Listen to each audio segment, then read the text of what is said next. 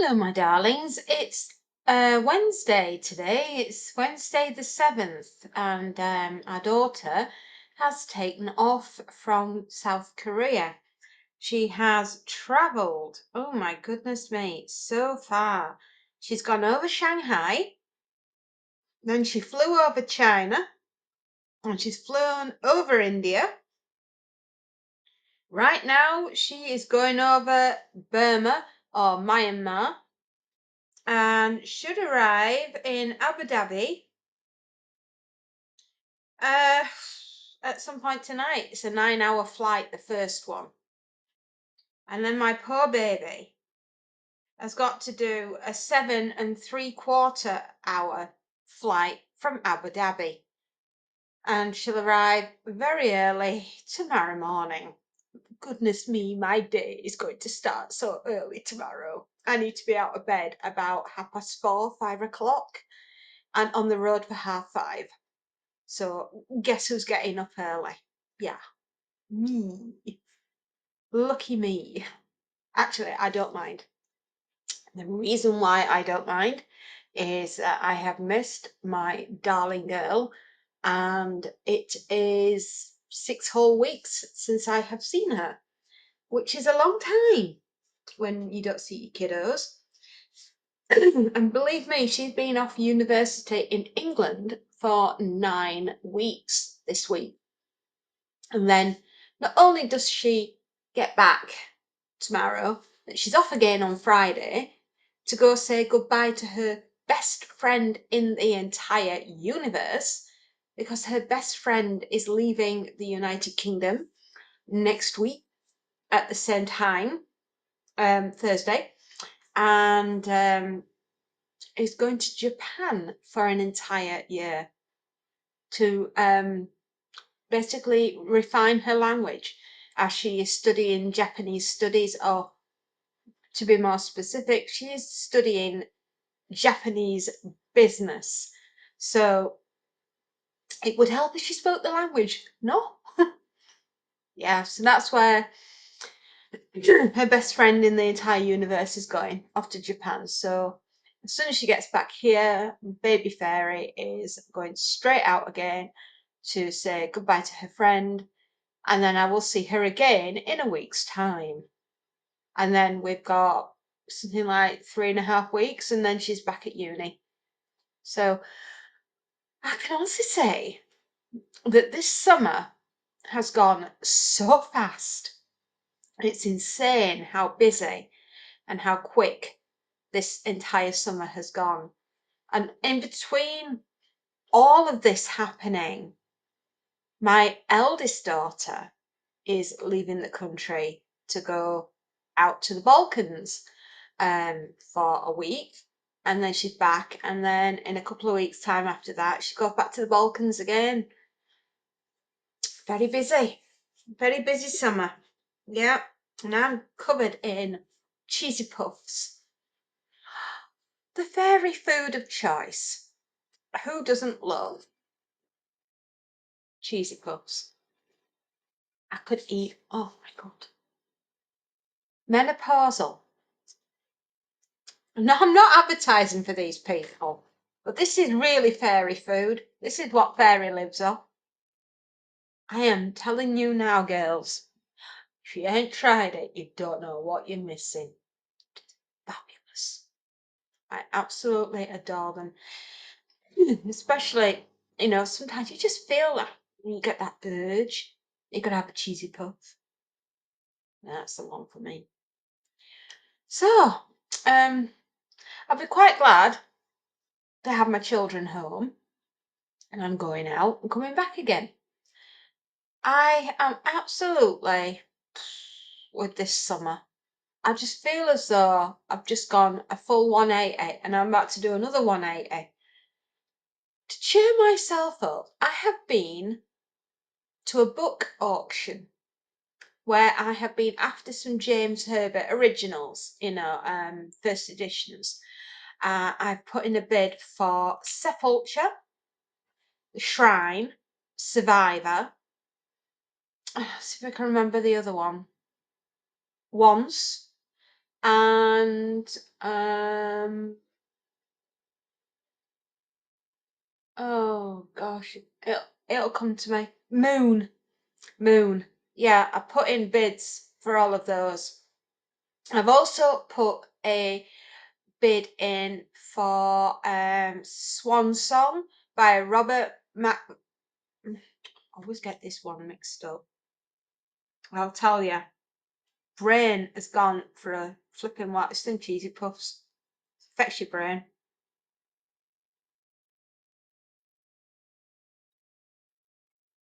By Robert R McCammon. Yeah, I was going to say it right. So I put a bid in for Swan Song by Robert R McCammon. Now, interesting fact about Swan Song. We never ever thought it was going to ever be made into a film or a mini-series or anything. Premise, it's nuclear war with fantasy and good and evil thrown in. People have often compared it to Stephen King's The Stand, but it's completely different. Yeah, yes and no. Certain aspects of Swan Song seem to look a little bit like The Stand, but actually it's a standalone novel. Now, this is going to cause some controversy. As much as I adore The Stand, and I do, and my goodness me, that's in my top 5 Stephen King novels. What makes Swan Song so different and so almost, dare I say, a little bit better? And I know it's going to cause controversy, that, but I actually do think Swan Song has just got the edge on The Stand, and for this one reason alone. Susan Wanda Swan, who the book is named after, she's the reason that I think it's a better novel. Her character is better than Stu Redmond's in the Stand, although both of them are excellent people. Stu Redmond is part of a set of people, and Swan is standalone as a character, as in the entire novel of Swan Song revolves around Susan Wanda, right, Swan. And for me, it just works better. I have put up on a playlist a audiobook version of Swan Song for anyone that's never heard it. It's on there, and do yourself a service of giving yourself a treat. Call it self-care, but listen to it. It's beautiful. It's an absolutely gorgeous audiobook. And to say that first editions of Swan Song are as rare as hen's teeth. A paperback will set you back £150, £200. And I put a bid on one, an original first edition paperback from a guy out in Canada, a bookseller out in Canada. And it is so rare that these ever are for sale. And if you manage, holy grail, if you can get a Dark Harvest hardbook, now there are only 1,000 of these in existence, right? If you can get hold of one of those, you must be very well off, because they start at around £1,000. So if you own one, and it is in mint condition, and it is signed by Robert McCammon, because a lot of them are. In fact, I think nearly all of them are. Wow, well done you. You are money in the bank, my darlings. So that's the difference between the two. I just think Swan Song has got the slight edge on the stand, but the stand is in my top 5 Stephen Kings. All right. I'll tell you my Stephen King ones. One, The Stand, Christine, Carrie, Pet Cemetery, and Cujo. Right, they're in my top 5. I just love them. They are, how shall I say, a snapshot of my childhood. I can see myself sitting there and reading them. Yeah, I know a lot of people would say, "Oh, why have you not put it in your top 5, or The Dead Zone, or Misery, or The Shining?" All brilliant books, but for some reason, those others, yeah, I quite like them, and I reread them. I mean, who doesn't love a killer car, right? With Carrie, a lot of me resonates with Carrie about her life, how her home life was. A lot of that resonates with me. So yeah, apart from the fact that I don't have telekinetic powers. Oh, do I? You never know. Don't push the fairy and find out. And I haven't to this day had a rabid dog called Cujo, but I do have a manic cat called Monty. Are there similarities? Who knows? At the moment, he's busy charging up and down the stairs, is Monty. Busy playing with a woggle. Now, if none of you know what a woggle is, it's a tiny piece of woven leather with a little press stud on it, and you put a neckerchief in it. And scouts and guides use them. Now, it was one of my husband's spare woggles, so he doesn't mind Monty playing with it. I'm so sorry, I had to have a drink. I'm so tight and in my throat, and I think that's anxiety because I'm worrying about baby fairy, and she's got such a long journey home. Kids, from the moment you become a mother or a parent, right, or whatever, you've got a choice, mum or dad, your life's not your own ever again. You're suddenly ultimately responsible for this person, this tiny little thing that grows up into a big thing, and you're still responsible for them even though they're adults. I use that term loosely. Yes, they are adults, they occupy an adult body, they have adult minds, but sometimes they do kid things and you're like thinking, why did you do that? Am I not stressed enough? Look at your mother. That's kids for you. They're wonderful. Children are wonderful. They're a blessing.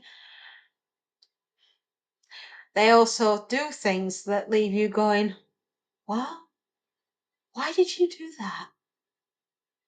And then they stress you out. And you wonder why I'm going grey. You can't tell, can you? Because I'm bottle-eyed.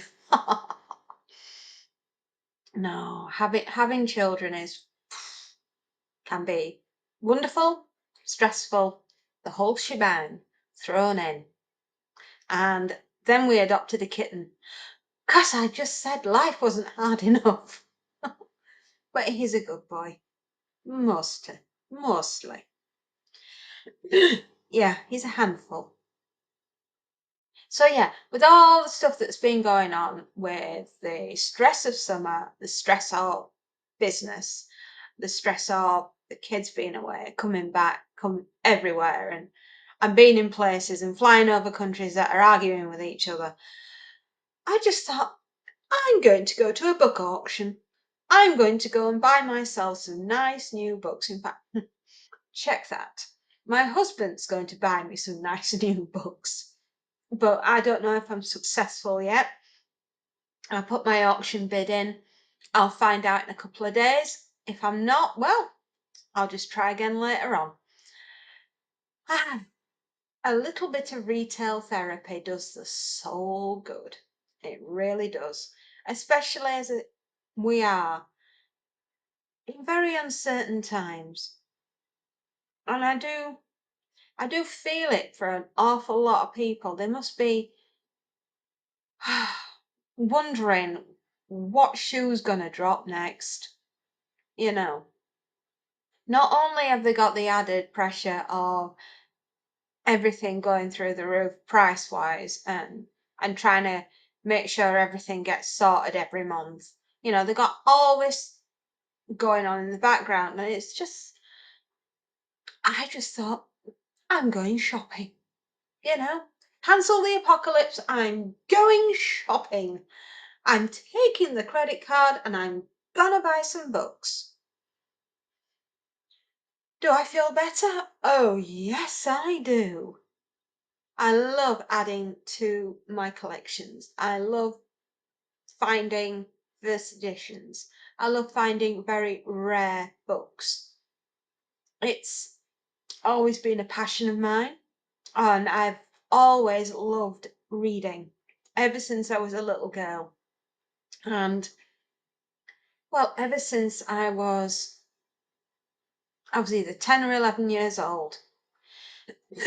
I know I hadn't started high school. Yeah.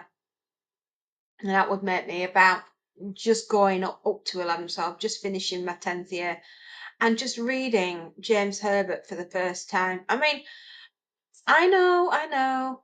What were my parents thinking, letting me read James Herbert? Well, my mother didn't understand and didn't care.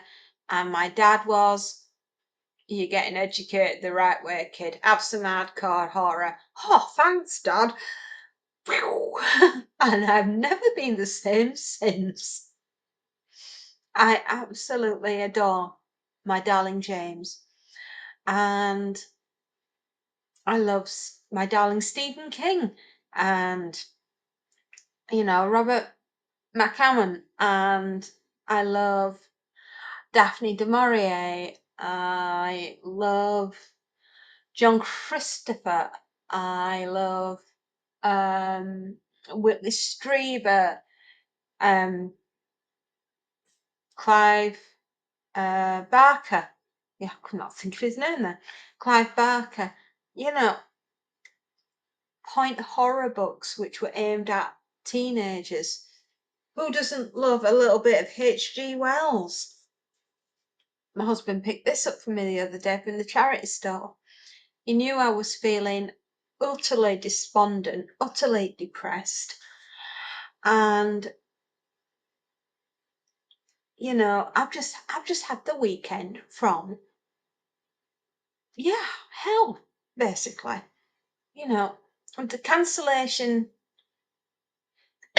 of my wonderful channel, through no fault of my own, through being hacked.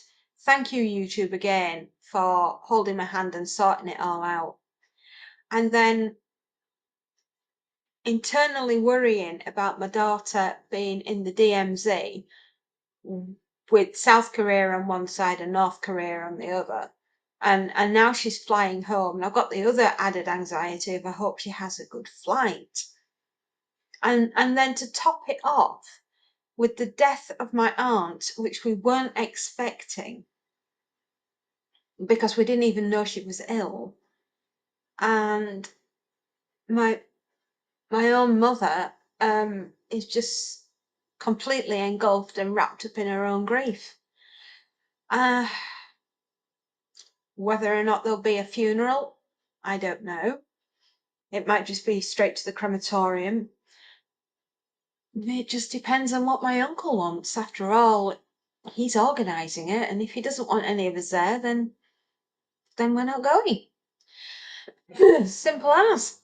I know, it's not very nice, but that's how life is. So yes, and you can understand why I turned around and said, cancel the apocalypse, I'm going shopping. And nobody is going to drop a bomb. Well, I'm going to spend a bomb on books. My poor husband. I have to check his blood pressure tonight. Oh, darling, it's okay. There was only one comma in the zeros that followed afterwards. What, darling? You spent how much? Oh, but darling, it's an investment in me. Look how happy I am. I bought a lot of books. Oh, well, dear. Whatever makes you happy, I guess. My poor husband. Girls, when getting husbands, get the guy that gets you whatever it is. It could be books, it could be shoes, it could be coats, it could be whatever. For me, it's books. And my husband will find me books at charity stores. He will look in book auctions. Have you ever heard of the Richard Dalby Library? Oh my goodness me. Stop what you're doing. Go onto the internet. Google the Richard Dalby Library. You can find anything and everything on that website. Wowzers. I have found my Rats trilogy through Richard Dalby. That's how I got them all back. And some other James Herberts and Stephen Kings that I found that through him. He's no longer with us, Richard Dalby, but his library lives on. And wow, that is the candy store that has it all. And you could get lost in hours of just going through back catalogues and looking at collections and oh my goodness me, wow. And yes, I have spent a pretty penny there as well. An awful lot of my books are very much out of print, first editions, rare copies. The if Richard Dalby has got a library, the Fairy has got a library, and each and every one of them is all protected. Some have been bought as investment pieces, some have been bought purely for pleasure.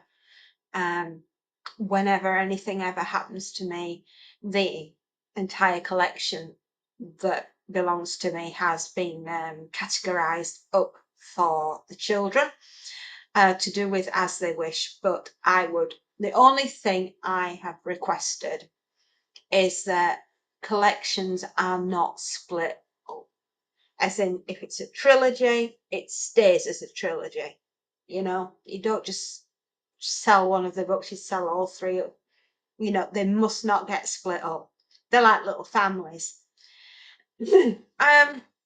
Don't know if you've ever heard of a writer called Ray Bradbury, who I absolutely adore. And he wrote a book, Fahrenheit 457. Yeah. And that's the temperature at which paper burns. And within the book, and the whole story, it's about firemen who actually don't put fires out, they start fires and they burn anything and everything that's in a book form or in a pamphlet form or whatever. And if you're caught with the books, you are burned alongside your books, which is quite a tragic end.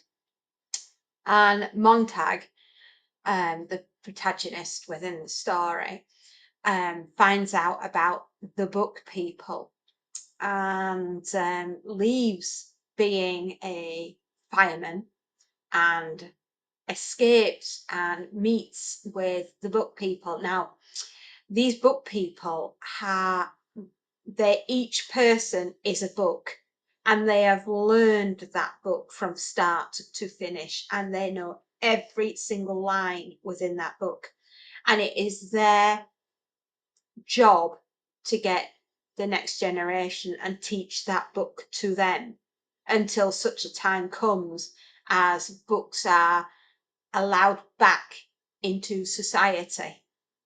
And and when we're not basically being idiots, because books is power and power is education. You see where I'm coming from? So I always look at myself as one of Ray's book people. And many people I've met over my life who have basically said these books are more important than anything because it tells the next generation who we were.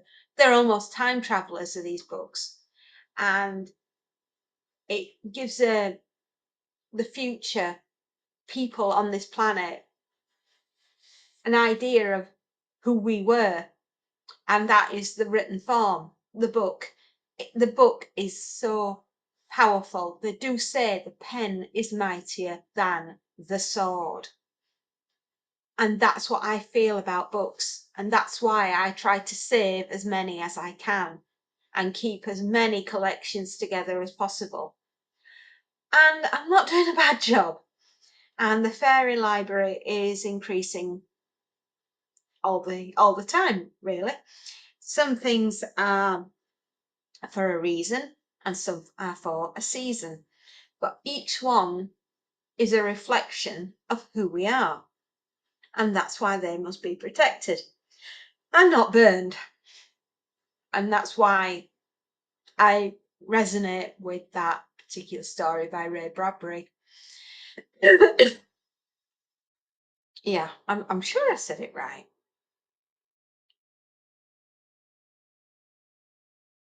Just check. 451, not 457.